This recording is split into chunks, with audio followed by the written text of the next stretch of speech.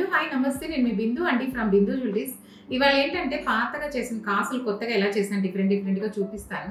Actually ఇది కూడా ఏంటంటే ఒక కస్టమర్ దగ్గర పాత కాసు ఉందండి. మీరు అబ్జర్వ్ చేస్తే తెలుస్తుంది చూడండి. ఇది పాత కాసు తనకి ఏం చేసామంటే ఆ పాత కాసుకి జస్ట్ రౌండ్ ఉన్న స్టోన్స్ రెడ్ కలర్వి రౌండ్గా ఇచ్చేసాను కాసుకు మొత్తం. తన పాత కాసుకి రౌండ్గా రెడ్ స్టోన్స్ ఇచ్చేసేసి తర్వాత ఏం చేసామంటే తనకి నల్ల పూసలు కొంచెం మోజోనైట్ వాటిల్లో కావాలన్నారు.